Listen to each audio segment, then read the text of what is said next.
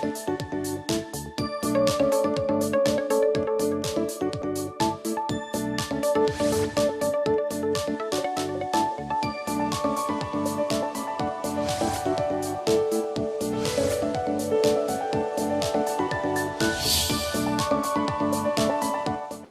viewers, welcome to this week's edition of Health Options.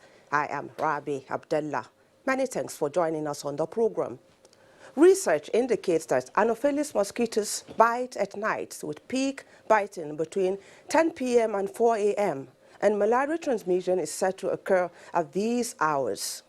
Now, since there's no vaccine available for protection against malaria in spite of decades of research, chemoprophylaxis, which has to do with the use of anti-malaria drugs to prevent the development of malaria, is considered an alternative method that offers a fairly reliable protection against malaria.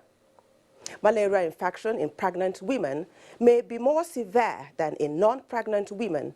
In addition to that, the risk of adverse pregnant outcomes, including prematurity, abortion, and stillbirth, may be increased. Children of any age can contract malaria. However, the impact is more on those under 5 years of age, as studies show that quite a number of them die from malaria in this part of the world. Findings show that every year, more than 125 million people visit over 100 countries endemic for malaria. Up to 30,000 travelers are estimated to contract malaria, and late or wrong malaria diagnosis in their home country may make things worse for them. On this edition of Health Options, we take a look at malaria chemoprevention, especially in pregnant women, children under 5, and travelers to and from malaria endemic countries. Are you a lover of tea? Which is your favorite? Is it the black, white, yellow, or the green tea? Today's Nature Scanner is one you must not miss, as we get to tell you a lot of things you may not know about tea. Stay with us.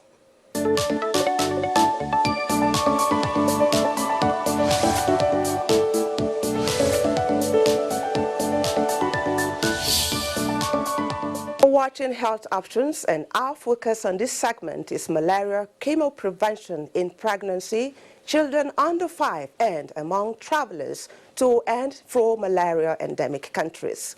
With me to take us through the discussion is the Chief Epidemiologist of the Federation, Dr. Godwin Ntadam.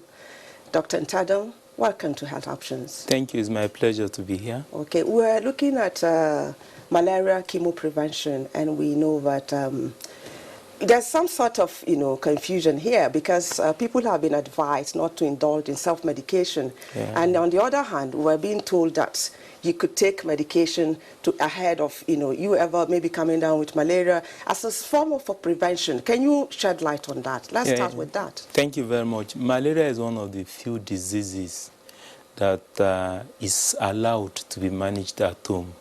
And that's why most of the anti-malaria medicines available are considered to be over-the-counter. You can advertise it, you can sell it in chemists. Yes, and it's because of the endemicity of the disease in these environments. And that is one. And again, the safety profile of the medicine.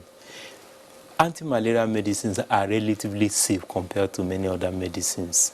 So it is allowed to be taken at home, and it can be you can self-medicate with anti-malaria. Okay, let's look at where malaria chemoprevention comes in now. We've mentioned the issue of malaria in pregnancy, malaria amongst children under 5, and even travelers to and fro malaria endemic countries. How is this applicable?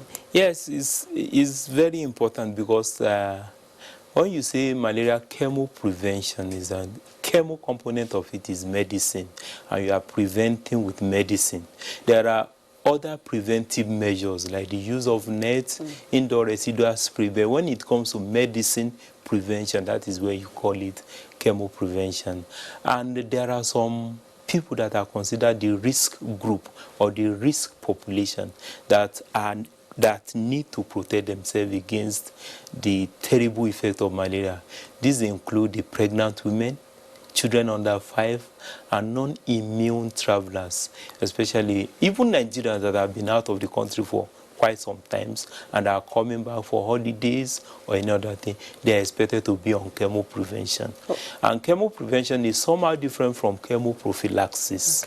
Chemo prevention is when you give a treatment course. That is the same medicine you use for treatment to prevent malaria disease. And chemo prophylaxis, sometimes the medicine being used may not be for treatment as it were, but what they do is that they prevent the individual from getting the disease, that is from getting malaria. Since the focus is malaria chemo prevention, yes. What are the procedures? For instance, now if I'm a traveler, you know, from a non-malaria endemic country to a malaria endemic, at what point am I supposed to take the medication? Is that before? Yes. Before I get to the country or as soon as I arrive? Like when you are a Nigerian, most importantly, because that's where we've been having a lot of problems. When you're in Nigeria, you've been living in Nigeria for ages, you've developed what is known as partial immunity. That means when you have malaria attack, the course may be moderated in a way. You may not have severe malaria as an adult. But when you leave the country and you stay for 2, 3, 4 years, you tend to lose that partial immunity. Your body fails to recognize malaria as a disease any longer. So when you are coming in, you are treated like somebody who has never had malaria.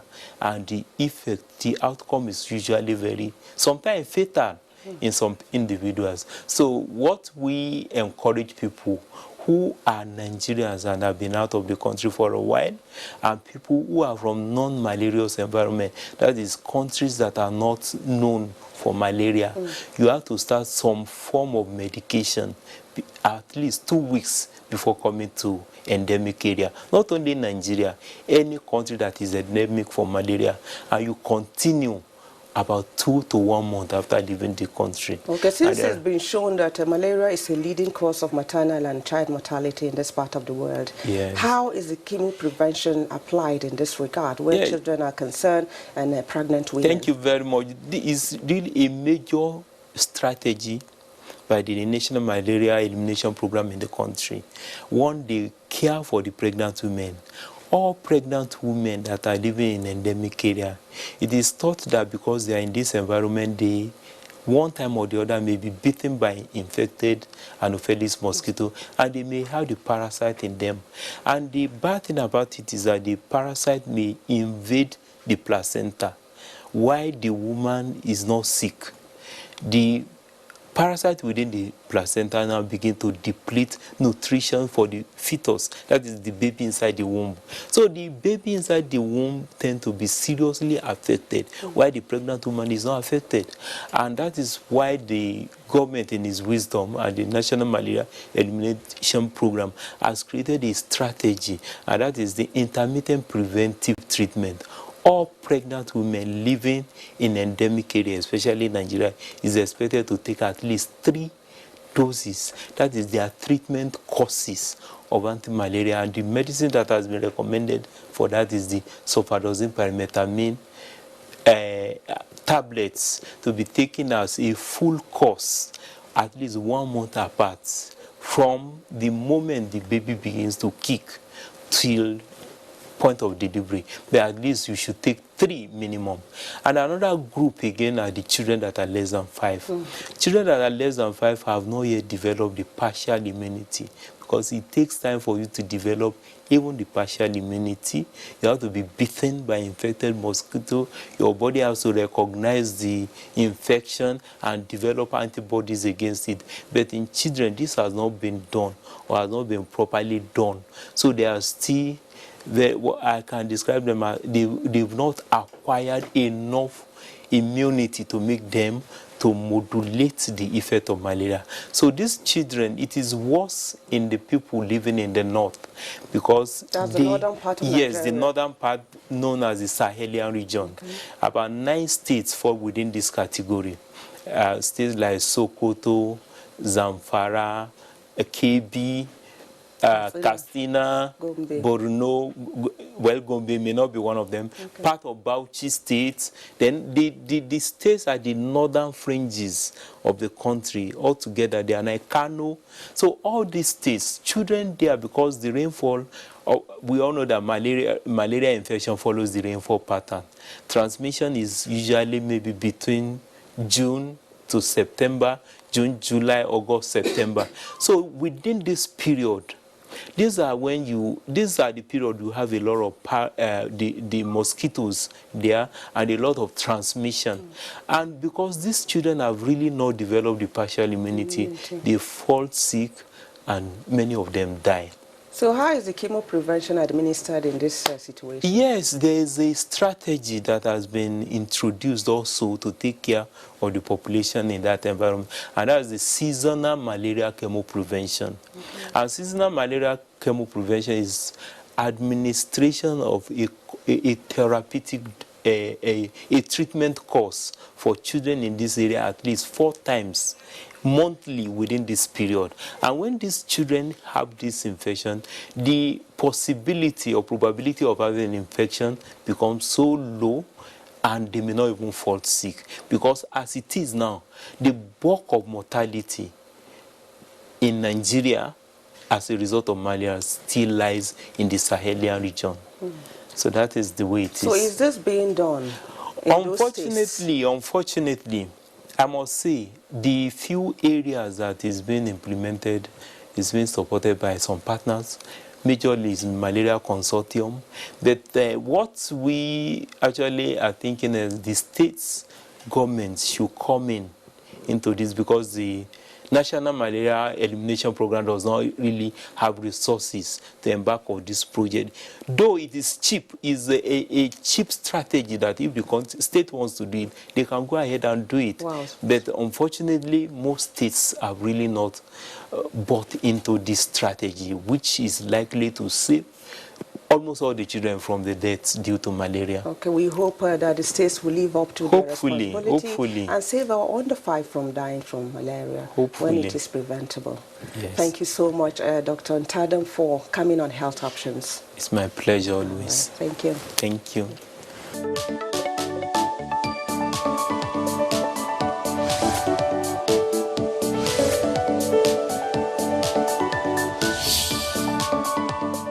Now, drinking black tea in moderate amount is said to be generally safe for most people.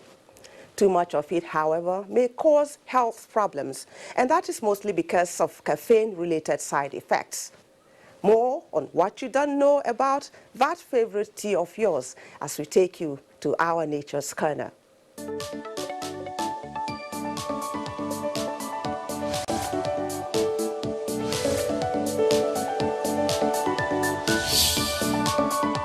Originally, tea refers to the green tea, and scientifically it is called Camellia sinensis. That is what is called tea traditionally, before a lot of materials, herbs, and all of that started coming up and to be called tea.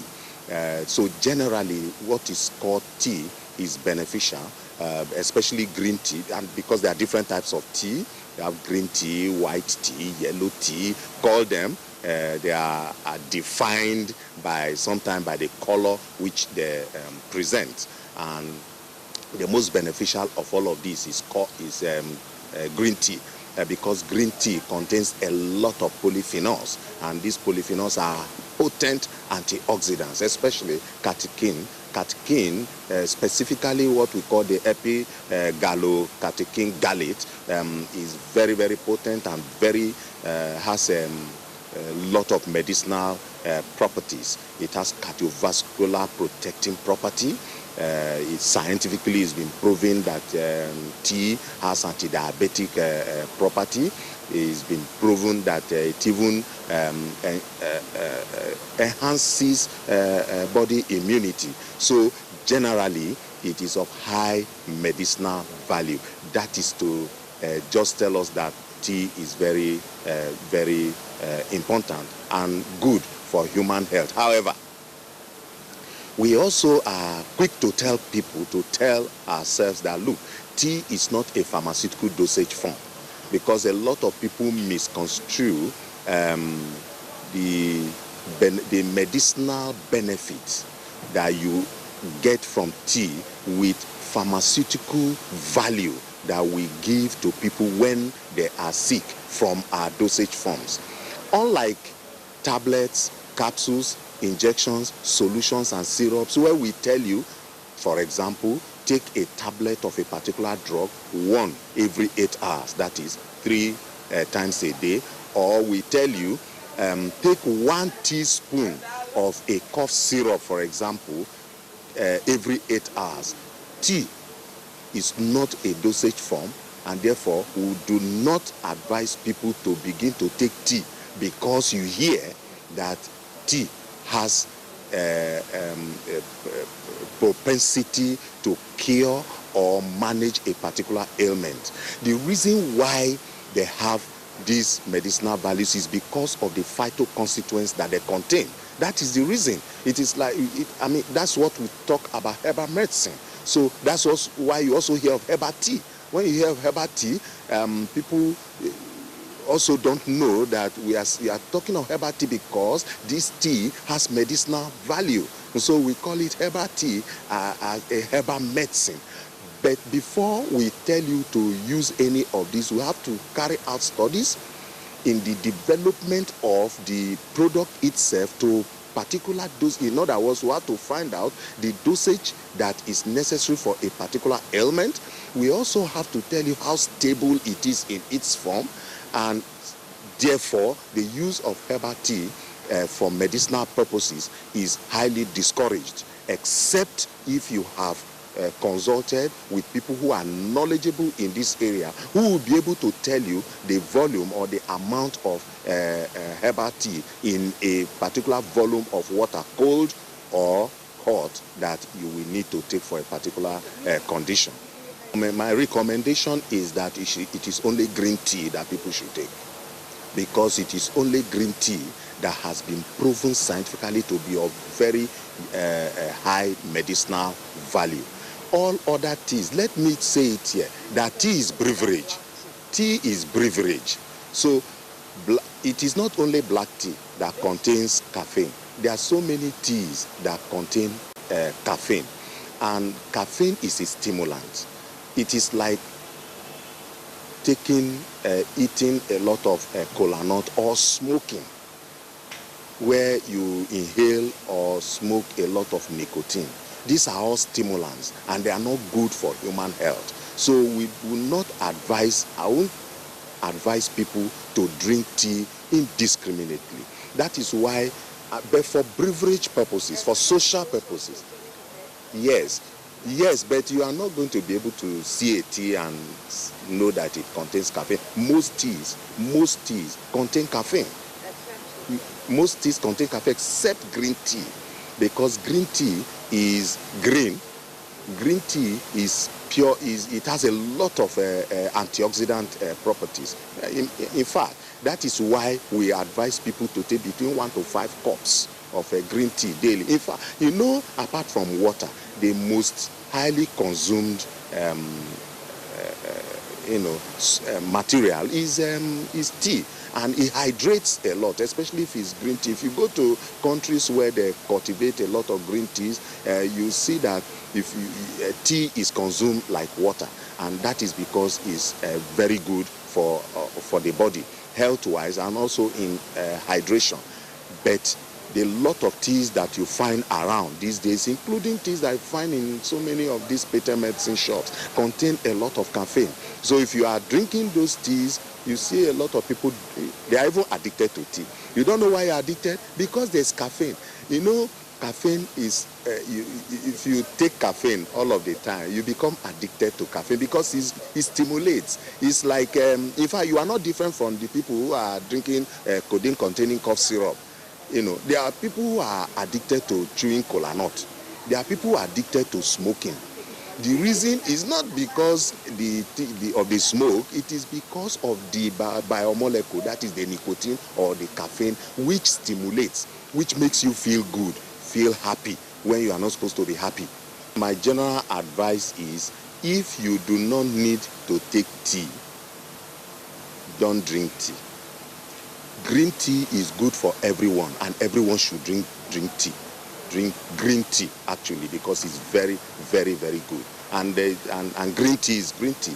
But every other type of tea, before you consume, have chat with your medical doctor, with your physician, have chat with people who are knowledgeable in phytomedicines, and that is what we do. You see, if you look at, there are also some what is termed these days as nutritional supplements available even in outfits, even in pharmacies. You see nutritional supplements that are in tea bags, and we hide under these nutritional supplements to give people medicine. It's very dangerous to health. People should not take teas. There are so many teas, and I'm talking about all teas. And all teas that are not green, most teas that are not green contains caffeine. And I'm not going to list them out because it's dangerous to list them out, because the one you don't mention will be taken not to contain caffeine.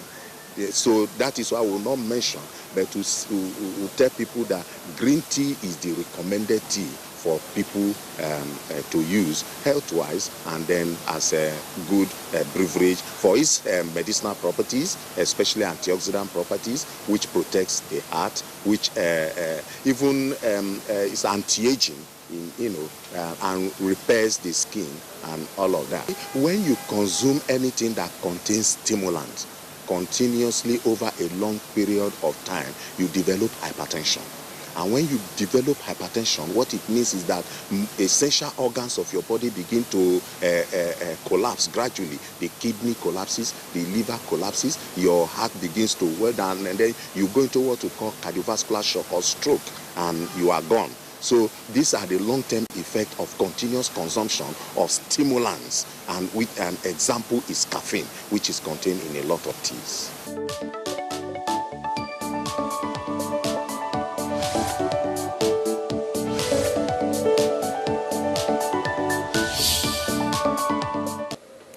As you enjoy your favorite tea, make moderation your watchword. And that does it on this edition of Health Options. You can go to our YouTube channel to watch the upload of these and other episodes of the program. Email us for your comments and contributions at healthoptions@nta.gov.ng. My name is Rabi Abdullah. Thanks for watching. Hope to see you again.